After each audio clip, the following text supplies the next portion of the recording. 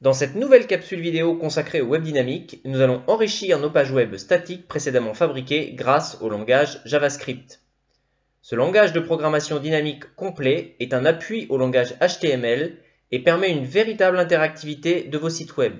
Carousel, galeries, variations de mise en page ou messages dynamiques, la palette d'utilisation est vaste. Cela peut même conduire à fabriquer des jeux, gérer la webcam, relier vos pages à des API pour enrichir encore vos sites. Nous présenterons les grandes lignes de ce langage, charge à vous ensuite de vous entraîner et d'enrichir. La seule véritable limite est alors votre imagination. Allez, en route pour la découverte. Cette vidéo propose de nombreux exemples de code HTML ou JavaScript. Afin de bien les assimiler, n'hésitez pas à mettre la vidéo sur pause quand cela vous est nécessaire, puis tapez dans votre IDE HTML JavaScript préféré les différents codes afin de bien les assimiler.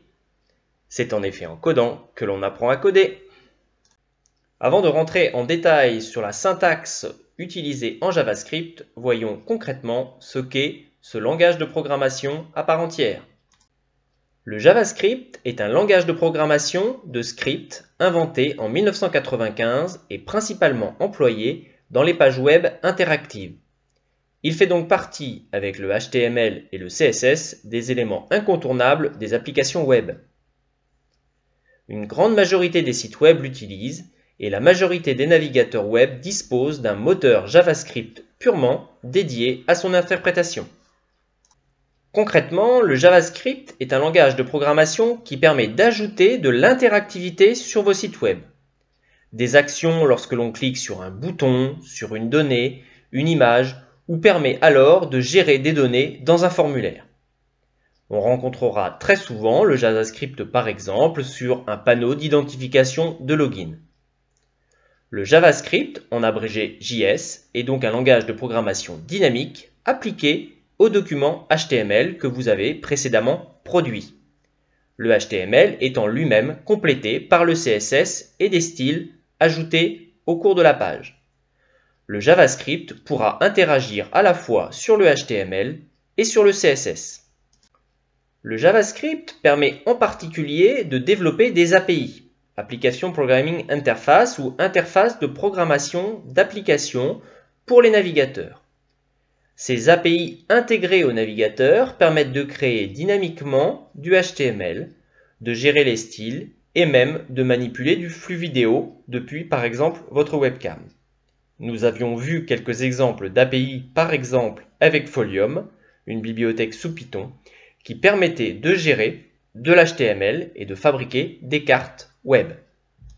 Concrètement, le JavaScript est un langage interprété, ce qui signifie que le code est exécuté de haut en bas et que le résultat du code exécuté est envoyé immédiatement.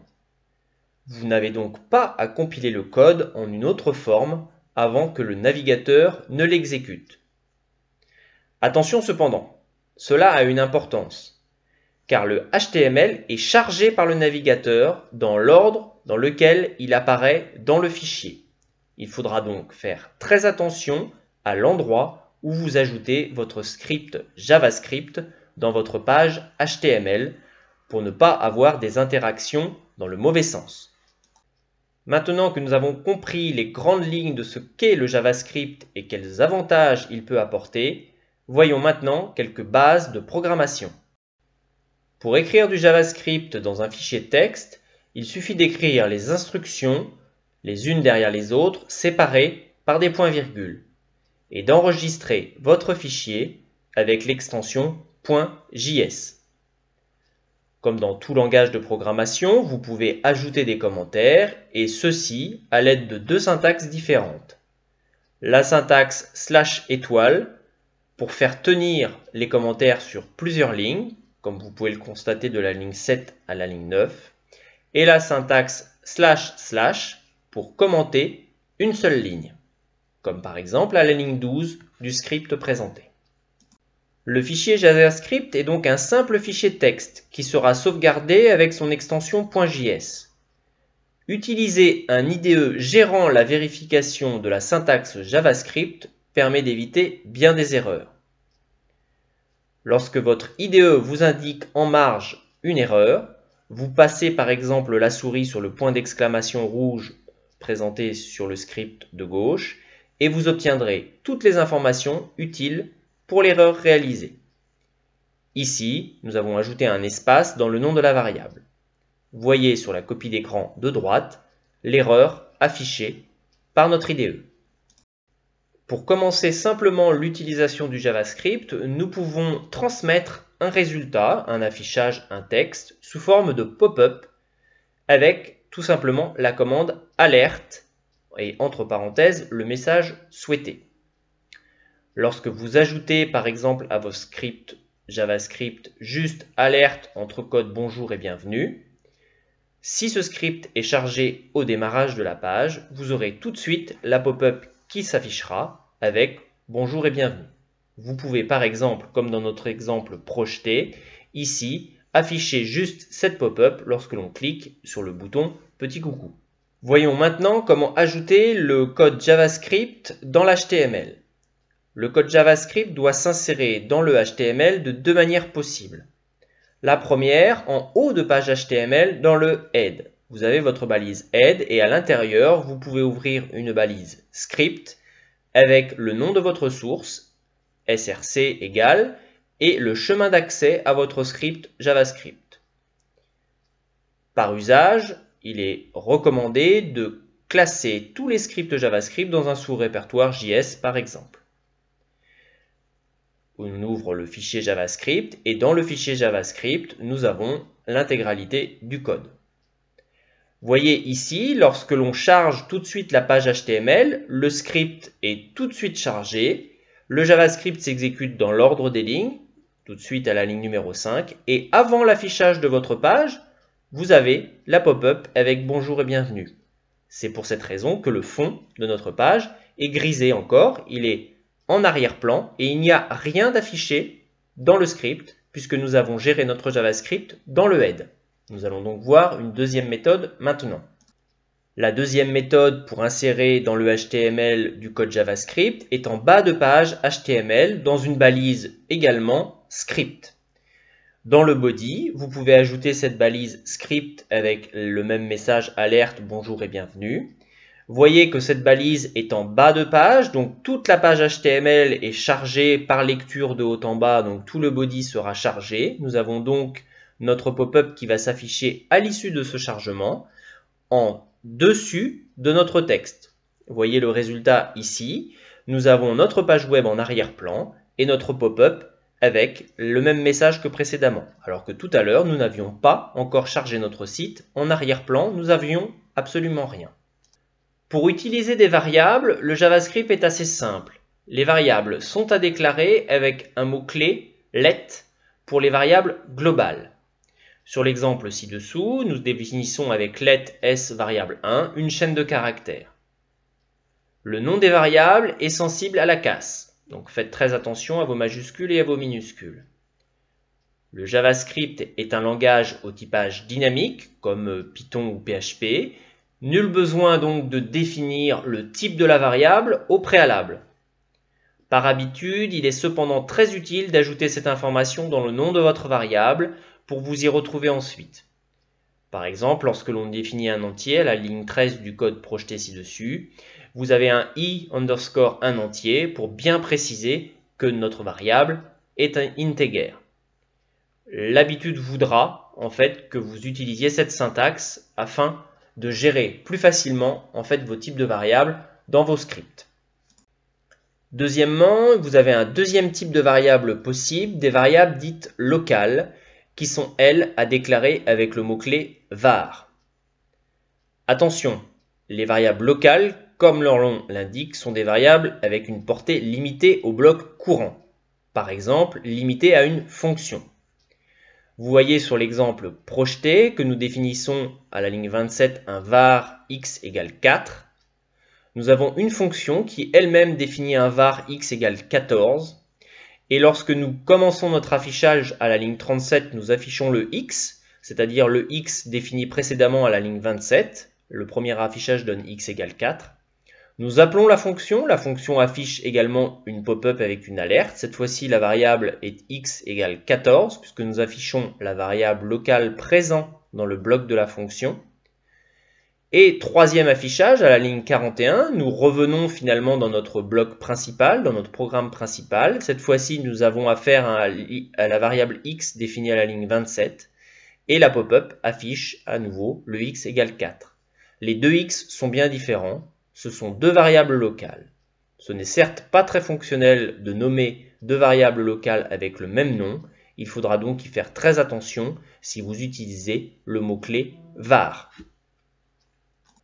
Comme dans tout langage de programmation, le JavaScript possède des structures conditionnelles. Nous allons donc voir quelques-unes d'entre elles, très similaires à ce que nous avons pu voir avec les autres langages de programmation. Pour écrire une structure conditionnelle en JavaScript, nous utilisons le très classique if, else, là où Python condensait tout en structure if, elif, else.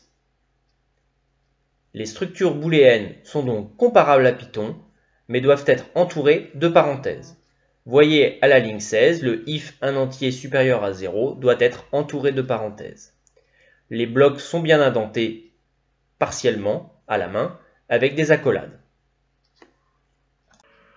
Le langage JavaScript permet de gérer tous les objets de la page HTML. Par exemple, il est possible de récupérer les données liées à un élément de cette page défini par son ID, avec tout simplement document.getElementById et le nom de l'ID.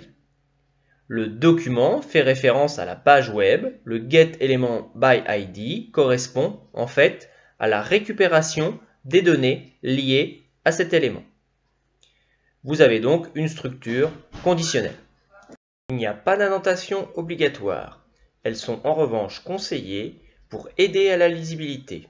Mais les blocs d'instruction sont compris entre accolades. Par exemple, avec une structure conditionnelle comme présenté ci-dessus. Le JavaScript permet de gérer les événements au sein d'une balise HTML. Voyez par exemple, sur un select, nous pouvons rajouter un onChange et, entre guillemets, ajouter du code JavaScript ou faire appel à une fonction JavaScript précédemment créée dans un fichier, nous y reviendrons dans la seconde capsule. Ici, dans le onChange, il est appelé dès qu'un changement est opéré sur la liste déroulante du select prédéfini juste ici. Le document.getElementById avec le nom de l'ID .value permet donc de récupérer la valeur choisie dans la liste. Notre fonction alerte permet donc d'afficher un message contenant la valeur sélectionnée par l'utilisateur.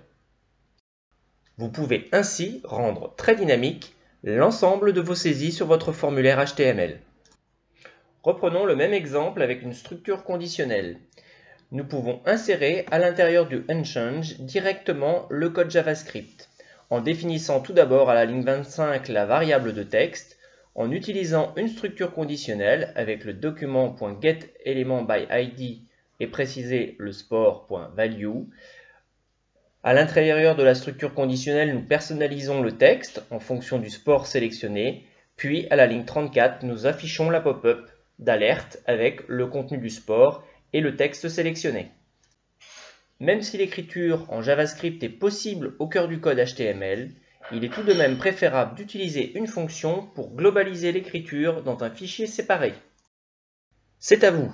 Vous venez de découvrir les principaux éléments nécessaires à la gestion d'un code JavaScript pour fabriquer une page dynamique. Vous pouvez maintenant reprendre les exemples présentés dans cette capsule pour les adapter à vos projets. Préparez votre page HTML avec les liaisons vers un fichier JavaScript, elle sera utile pour la suite de vos activités. Dans la prochaine capsule vidéo épisode 2 du JavaScript, nous aborderons la gestion des fonctions et des structures de boucles. Nous permettons dans un troisième temps de fabriquer notre premier jeu purement JavaScript. En attendant, si vous souhaitez aller plus loin, voici quelques références de sites spécifiques au JavaScript. Tout d'abord, l'ensemble de Mozilla vous permet en fait d'avoir un guide complet de JavaScript. En suivant ce lien ou en faisant une recherche avec Mozilla JavaScript Guide, vous obtiendrez l'ensemble des descriptions des fonctions JavaScript. Les cours d'Open Classroom vous permettent aussi de dynamiser vos sites web avec du JavaScript. Alors, Il n'y a qu'un pas à faire et un peu d'entraînement pour avoir des pages réellement dynamiques. Bon courage!